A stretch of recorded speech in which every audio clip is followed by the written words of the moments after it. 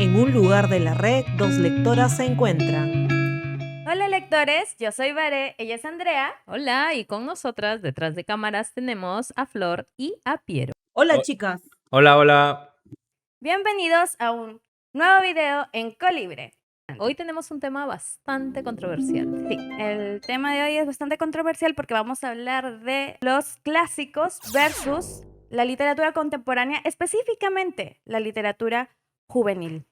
Muy bien, y es que esta controversia siempre se da, ¿qué es lo que lees, no? Y qué tanto te define o cuáles son mejores o cuáles son peores, ¿no? Creo que todo parte de una valoración, pero ¿qué tal si vamos viendo qué pasa con esos clásicos ligados a la imposición? Y es allí donde tu lector tienes que seguirnos y ponerte a recordar, ¿no? ¿Recuerdas tú en algún momento que te hayan impuesto una obra para leer? Sí, es que el colegio de por sí tenía un plan lector siempre, cada año, ¿no? Era un plan de lector determinado. Entonces, prácticamente todos teníamos la obligación de leer, pues, la lectura del mes, del trimestre, para ser evaluada. O sea, sí o sí tenías que leer esos libros. Entonces, me imagino que muchos de mis compañeras lo habrán sentido como algo tedioso, la verdad, estar ahí leyendo algo por obligación que de repente ni les interesa, de repente les resulta pesado. Entonces, digamos que a mí no me ha pasado porque siempre he tenido mucha curiosidad por lo que tienen las historias. Ujú. Entonces, a mí el plan lector en realidad no me molestaba. Sí es cierto que había libros que no me gustaban, pero es como que me servían para crítica. O sea, Sí, aquí la palabra clave es imposición. O sea, cuando nosotros hablamos del término imposición, sea en el colegio, sea por los padres, porque sí, vamos a aclarar un poquito, todo va evolucionando y en los colegios también se está dando apertura a que las mismas personas, los adolescentes, elijan y esa es la clave. Y cuando hablamos de clásicos, cuando hablamos de estos clásicos tipo, por ejemplo, el Quijote de la Mancha, te permite conectar con una serie de posibilidades. Y es que los clásicos tienen esa riqueza. Ahora, ¿cómo es que se los damos, no? Por eso es que dentro de la literatura juvenil tienen versiones diferentes, adaptaciones que se hacen para acercarnos a los clásicos. Y allí donde yo considero que los clásicos tienen mucho para ofrecernos, o sea, marcan hitos. Y eso es lo interesante, cogen temas universales y se convierten en ese punto que aún leyendo una obra contemporánea, tú sientes que hay un sabor a clásico. Eso es lo que yo quisiera recalcar. No estoy tanto de acuerdo en que sí, cuáles son mejores o cuáles son peores, pero sí a lo clásico siempre le vamos a dar ese valor de ser el anticipo de muchas obras posteriores. Y eso que les decía de marcar un hito es clave. ¿Cómo podríamos hablar de esa literatura juvenil? Yo te hablo de los clásicos que tienen mucho para enseñarnos y el releerlos es un deleite, te llevan a ser leídos una y otra vez con enfoques diferentes. claro. Cuéntanos tú cómo pasa con la literatura juvenil, La literatura juvenil, cómo la sientes, que es catalogada, ¿no? Porque los sí, clásicos tediosos. sí, es como que, ¿cómo le dicen? Literatura basura, literalmente. O sea, Mm, la literatura basura, así le llaman, ¿no? subestimada, ¿no? Sí, está bastante subestimada porque dicen que trata temas muy vanos y que no tienen ninguna relevancia. La lectura fácil, sencilla de entender, te lo lees en un día, en una semana, ya está, te leíste un libro, toca consumir. Entonces no se queda en el lector. Así supuestamente eso es un libro juvenil. Mm, Pero yo creo que la literatura juvenil en realidad es muy útil.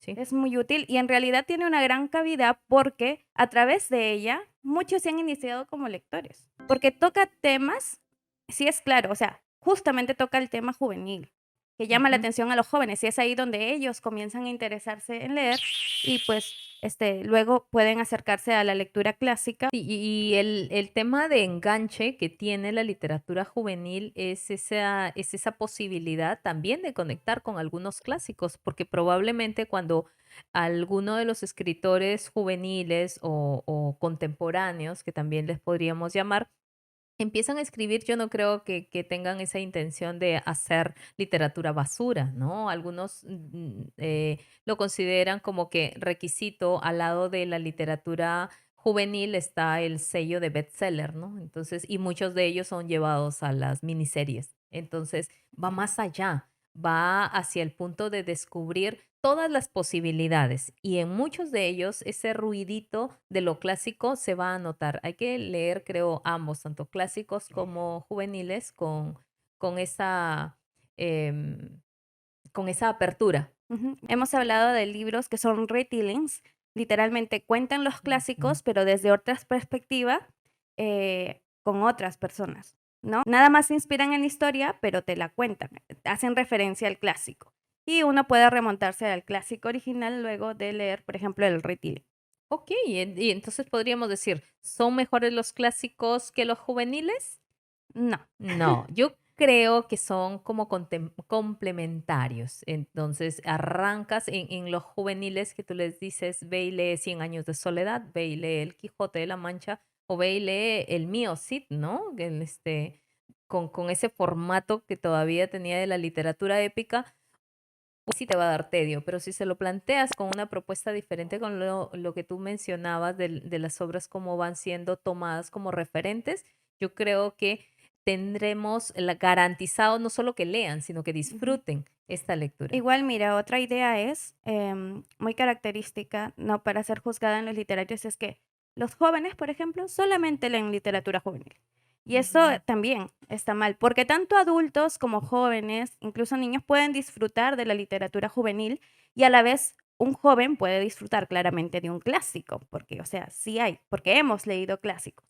Entonces, no hay que tachar tampoco a la literatura juvenil, es como que creo que toda la literatura, incluso los libros para adultos, puede ser leído a cualquier edad, por quien le interese, ¿no? Cada uno lee lo que quiere porque le gusta, y eso no está mal. O sea, lo que te gusta está bien. Si lo quieres leer, en buena hora.